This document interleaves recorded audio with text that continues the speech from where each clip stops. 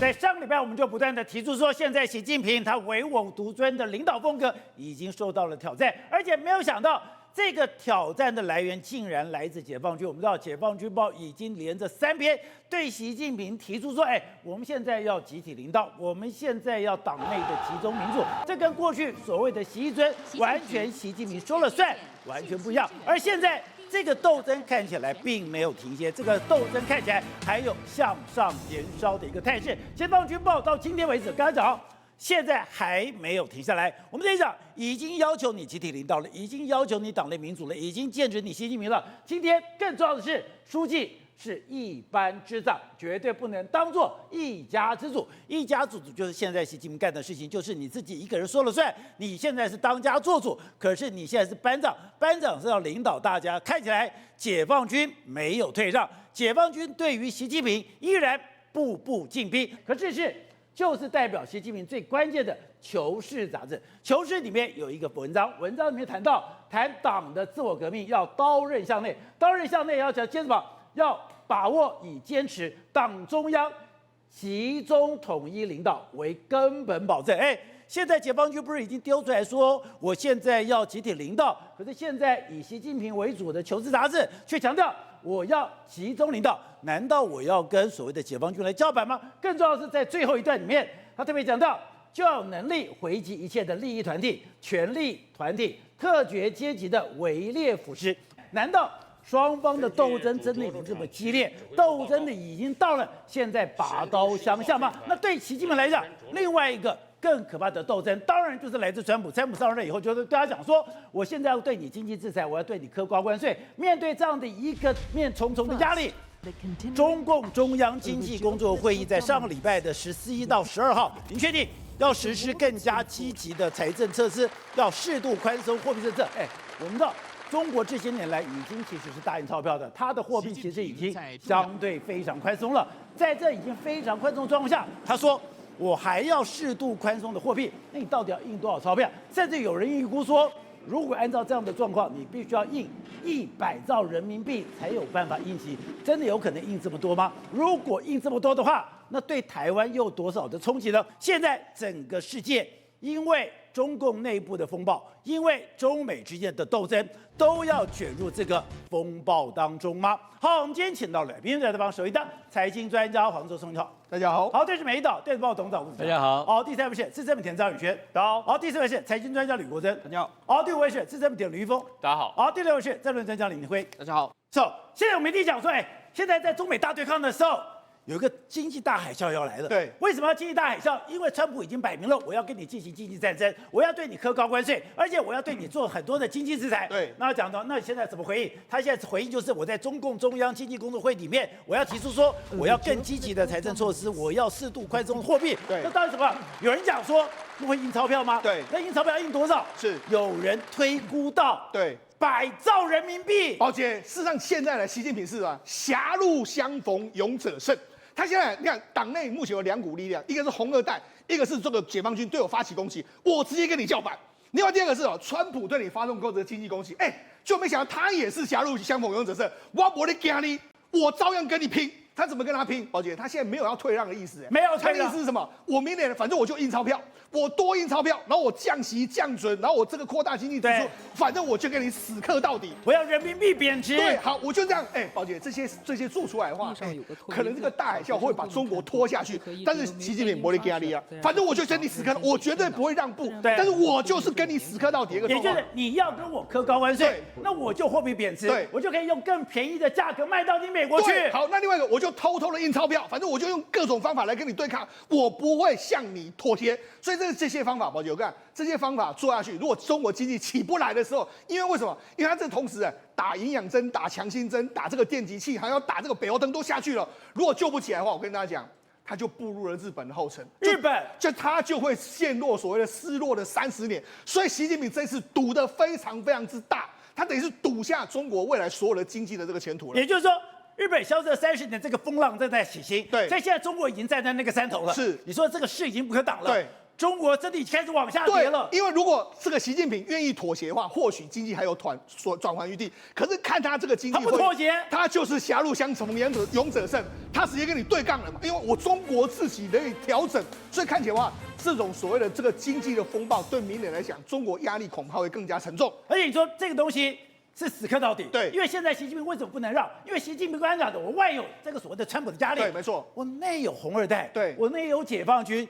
解放军对我还没有收手，没错。你看这几天的时候，《解放军报》一直有这个文章出来啊，所以呢，他党内求是里面他就说要对吧？要刀刃向内，向内是当然是你们这些所谓的解放军这些所谓的红二代对我的影响啊。所以看起来他同时在两边发动战争，就对内来说，我绝对对这些这个要让我下台的人不妥协；在外面来说，我对川普我也不妥协。所以他不摆明了，他就不会去这个川普的这个就职典礼嘛。然后他要跟他谈什么，搞不好他就不谈嘛。反正你科你的关税，我就做我的，我要这个人民币贬值，我要这个印钞票，你也能奈我如何啊？而且你讲说，现在习近平跟解放军的斗争不但没有平息，对，而且有向上拉升的态势。我们上礼拜不是讲吗？这个解放军报已经第一篇、第二篇、第三篇，我要求我要求集体领导，我要求党内民主，我要求有更开放的这个所谓的空间。但现在习近平完全不理我，我就在拉高说，我讲的更白哦，你是一班之长，你不要把你自己当成一家之主。对，可是习近平没有，他说你们根本就是特权阶级的围猎腐蚀。对，也就是说，宝姐，为什么会有这一波的这个斗争呢？起因就是什么？因为中国经济不好了嘛。中国经济不好的时候，解放军还有那红二代感受到各种的压力，你这样做下去会亡国亡党。就没想到习近平他现在没有要退让。他不但对外不退让，对内也不退让，反正就是杀到底。所以我跟大家讲，因为什么？因为他也没有部署，所以你看最近为什么会请出这个，包括说像温家宝，还有李瑞荣，把他请出来，就说你们来想想办法吧，我愿意妥协，至少好，你们要做什么放水就让你们放，你们能放多少，能够想得出来方法就继续做，但是我绝对不会对川普妥协。所以看起来的话，他就是反正我中国自己来救自己的经济，必要时候反正我可以什么招数都使出来，那救不起来的话，那也没办法了。但有人讲，那温家宝那个时候在2008年的时候，不是讲说我丢了4兆的人民币，那我不但是救了中国的经济，我还变成了全世界的火车头，没错，那不就成功了吗？而且现在算出来说，当时温家宝的时代，你不是4兆人民币哦，你是40兆人民币，对，没错。因为你如果把中央跟地方全部算下来，那是一个非常庞大的金额。那为什么温家宝当时印钞票都可以了，我货币宽松都可以了，我这个所谓的大量发行都可以了，到现在为什么会有危险呢？宝姐，现在是这样子，也就是说呢。中国之前不是说要发什么10兆，对不对？要留6兆的这个长期的这个国债，抱歉，数量不够多，因为中国现在经济已经50-60兆，所以呢，如果真的要这样子比照温家宝这样干的话，可能要做这个发债要发到20-30兆以上，然后印钞票要多印出来，所以就是说规模要印得更多，所以呢，这印得更多出来，宝姐会讲产生中国的经济无可避免的一个损伤就会出现了。对，也就是说，你用人民币贬值，用印钞票的方式来继续做的话，恐怕这都是死路一条的这个情形。吴总，你上礼拜就讲，如果解放军一而再再而三的写文章，就代表这个斗争并没有结束。我们上礼拜讲，你已经1篇、2篇、3篇集中这个所谓的要集体领导，要集中党内民主，结果你到了今天，直接要求习近平讲说，你是个书记，你是一班之长，你不能当做一家之主。结果习近平发声了，习近平直接讲，我干嘛？我就是要坚持党中央集体统一领导，还有干嘛？我不能积极会议，我要及时发现跟解决问题，我要干嘛？我要回击一切利益团体、权力团体、特权团体的围猎。谁是特权团体？谁是利益团体？然后呢？难道他直接跟解放军叫板了吗？当然是啊，直接跟解放军叫板。当然是啊，这不是光解放军，解放军的背后还有他庞大的力量嘛，不然的话，解放军有什么用？解放军写文章有什么用？怎么敢这样子做？对，用公开的，用文章用军报，对，直接就跟他现在的总书记叫板呢。这是非常严重的事情啊！那问题他凭什么叫板？对，凭什么？就这个你不是有刀，你不是有枪，不是直接上街头就好了吗？那我要回来回应这个问题，说因为我们看不懂他们在干什么。对对对。但有一个具体的可以跟你讲，上一次真正发生政变是什么时候？不是薄熙来吗？不是薄熙来，薄熙来那不算政变。薄熙来还不算政变？四人帮那个才是政变嘛。我就是整个就派部队把人抓走了，对，把蒋钦给抓走，所以没有流血。好，范围很小，解决问题了。然后然后从此风和日丽继续走下去，那不是这样子吗？他邓小平接掌了嘛？上一次这是所以中共在做这个斗争的话，最严重我们的经验里面就是看到上次四人帮这个事情。对，那他们如果这一直搞到最后，会不会发生直接的这种要用武力相向的可能性？会吗？当然会啊，因为是解放军的。对，解放军一定会动手的嘛，这样一定会的嘛。他就为什么用解放军要？你记不记得他要带头嘛？要带头推动这个集体领导，对，要带头发扬党内民主嘛。那都是非常明确的东西，这是跟你叫板嘛？对，那他现在而且今天讲对吧？书记你是一班之主，因为一班之长，你不是一家之主。对，那现在这不跟你讲，那现在他问题是更好啊，要在谈党要自我革命了，需要刀刃向内，这不大家是明的，已经到了快要明干的阶段，会不会干？我觉得一定会有一个输赢的结果，但是。这个东西有的时候，他如果真的失控的话，对，那就会一夜之间，你报纸一打开，突然间发生一件事情，真的？这个不是嘛？因为这上次不是一样吗？所以这种独裁国家，所以说在中共内部，看起来风和日丽，可是说倒就倒。那这个已经不是风和日丽，这个已经是开始就是山雨欲来了，文攻已经是开始了嘛？那武力相向的可能性，因为他这个对手不是一般人。对手是解放军嘛？对，那解放军那么庞大，200万部队跟你公开这样叫板呢？但是那时候是在解放军内有没有第二个声音出来？目前没有啊。目前看起来是张幼霞这一派是占上风嘛，控制了解放军，然后控制了解放军的喉舌嘛。对，那你现在用的是党的喉舌跟他对干呢？这样我们要这样分的，对，两个是对着干的嘛。对，那这个一定会有一个结果出来嘛。这个结果什么时候出现不知道，可能明天，可能后天，啪一下突然间一个这个那个人事更迭，就出现一个输赢的结果。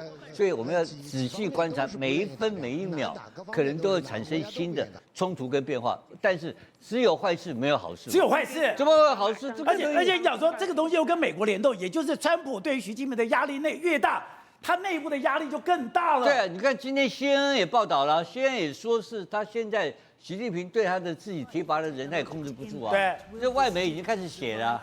都开始了嘛，所以这个东西是一连串的。那川普当然知道这时候可以搞他，川普也不会跟他客气的，对不对？所以我是讲说，目前的情况不可能就是一直是这种僵持的情况，最后一定会有一个结果，因为这个结果就是刘源讲的那个东西啊，他们在避免共产党亡党的问题。对，所有的共产党员的高干现在目前做什么事情？他们是在救共产党的执政权利啊，还是维护他们的利益？对。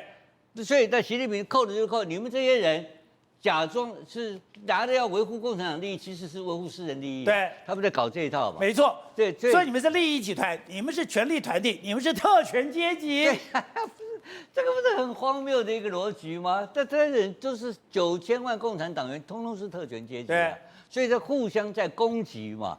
那攻击会这样子结束吗？不会吗？不会啊！最后恶言相向之后啊，一定会。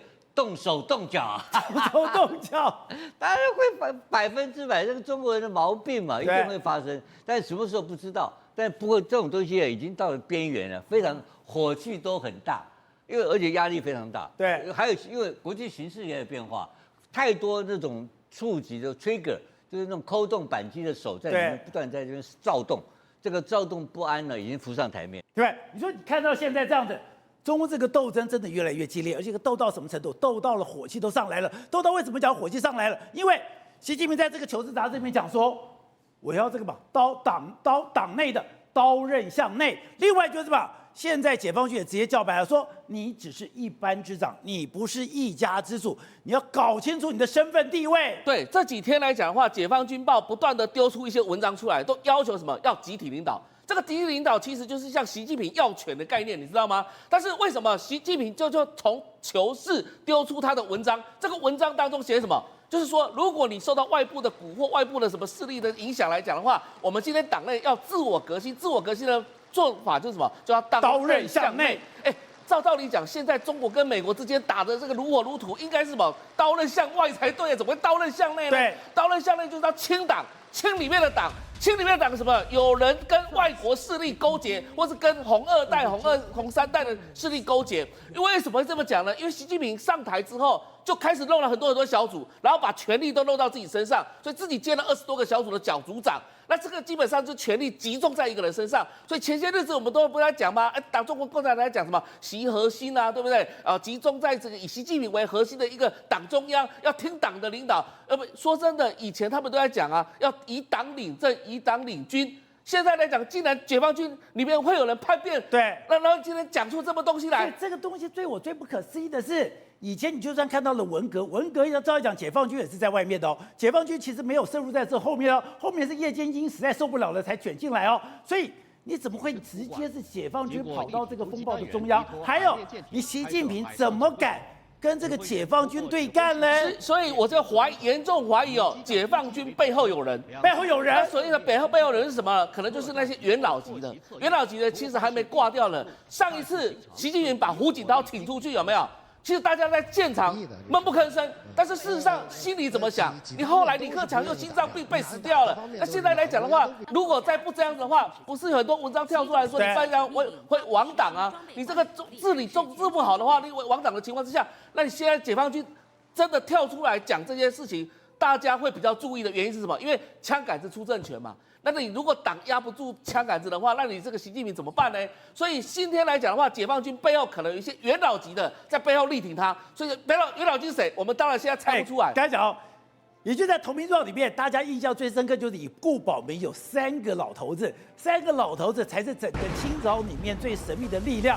难道现在在中共也有这种老头子，也有这种大佬，也有这种神秘力量？你看不出来，隐而不宣。是啊，所以在共产党的历史当中，你会发现到，常常在一个关键时刻的时候了，都会有一些老人跳出来要救党，要救这个党。为什么呢？因为共产党来讲的话，他们以前这个起家的，当然跟国民党斗争的这个情况之下，他们每一个人都各吹把调。但是如果当你不行的时候，你就必须要用斗争的方式来处理。所以你看到毛泽东当时不是发动文化大革命，大家知道为什么吗？就是因为有他夺权，不是吗？一样的意思。现在来讲的话，习近平跟解放军之间的关系越走越差。现在习近平能不能压得住解放军？当然，他这个文章丢出来，目前基本上只是一个什么？只是一个什么？最终跟解放军警告，我今天刀了要往内砍了。所以你今天自己要注意一下。可是你有本事讲枪杆子出政权，他能够跟解放军叫板吗？是因为为什么呢？因为他长期以来都已经在这几年当中，已经把解放军用贪污腐败的东西把它整肃的差不多了。现在解放军已经被他换掉好几代了，但问题是旧势力还在啊。你看到现在所有在台面上的一些司令官，比如说少将、中将等等这些人，还是以前的余毒，你知道吗？所以这些会不会在这种情况之下？当然，可能在趁这什么时机的时候来反叛习近平，所以不知道。那习近平写出这篇文章，其实就是有风声鹤唳，准备有对内大干一场的可能性。好的，国人，当然现在对习近平来讲，我都没有想到解放军如此明火执仗的直接跟你对干，要求你不能死，你只是个一班之长，你不是个一家之主。然后呢，习近平刚刚讲我要刀刃向内，还有我要坚持党中央集中领导，对干的味道很重。可是你说，其实对我们来讲要注意的嘛。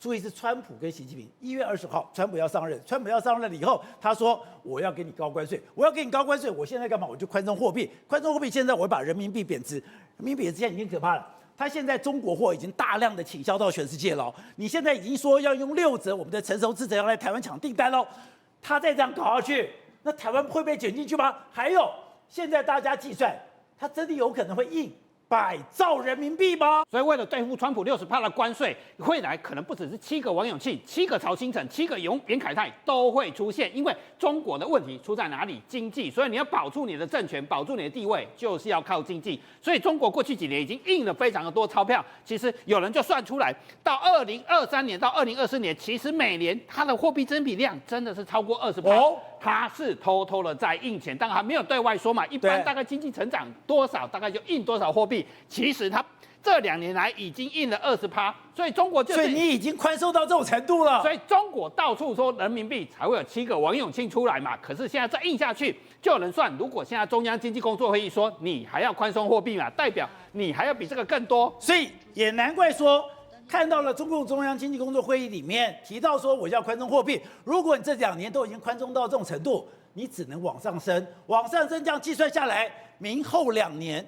整个人民币真的要超发100兆。所以就算出来，现在货币总量大概供应量大概313亿嘛。那如果你按照这2年偷偷印钞票，一年1.2嘛，20%就1.2乘1.2乘1.2，你的总量中国都是人民币会有450兆。这么多，就是比现在的313亿多100兆出来。如果你再打点折，偷印15%就好，也是超过400兆，你还是增加100兆，那会有什么影响呢？所以为了保经济，只好到处都是钱。那会有什么影响？我们就会发现一件事情：7个曹清城会出现，7个王永庆会出现，7个严凯泰会出现。那是什么景象？开始有人到处拿钱去盖晶圆厂。盖得出来就算了，盖不出来就把钱骗了嘛。这武汉红星当初骗了1300亿嘛，还把我们的蒋爸蒋尚义骗去，害了人家一世英名差点毁了。结果到头是一场空，是个骗局吧。不过这还好，但是如果盖出来，台湾就要小心了。第一轮光最近4个月就涨36%，打6折。对不起，你说，当中国的第一轮产能出来了，中国第一轮的产能出来了以后，居然4个月的时间。它整个价格降了36%，所以100兆再下去可以盖1330多个晶圆厂嘛，哈，当然不会盖这么多，可是现在30个再盖60个不是问题。最后不是打6折，因为36%大概打6折，以后是打到骨折啊，7个曹清城都不够，搞不好14个曹清城都会出现。再来，所以以前我们常讲中国的这个所谓的杀价没有地板价，只有地狱价，你不要到处搞的地狱价。没有在讲几折，就是打到骨折，打到没有折就对了。再来7个严凯泰都会出现，因为中国最喜欢什么？新三样，搬了一大堆钱，号称出口很厉害嘛。现在你看一辆宝马，最近12月刚出来的，在中国大陆只卖 BMW 只卖4万9，换成台币都不到80万。你知道呢？这一辆台湾 BMW， 台湾低规了200多万，高规要300多万，它不到60万，这是什么价格？打4折。对不起，这刚刚开始，因为越来会有一堆钱搬钱就去搞这些事情。所以在中国 Beamer 居然打这么便宜，打4折、打6折的事情还会继续发生嘛？所以晶圆代工跑来台湾，现在是打6折，你可以想象成熟制程盖更多的时候，搬更多武汉红星的时候会发生什么事情？当然钱会怎样？钱会被有钱人骗走，穷人会怎样？穷人会变地狱。只有一件事情会，你只要记得一件事情，你只要不是富人，有钱的人不是富人跟有钱人都会深受其害，所以会怎样？大家都会降薪，有钱人是好几兆，所以难怪说，现在在中国的鹤岗传出一个什么消息？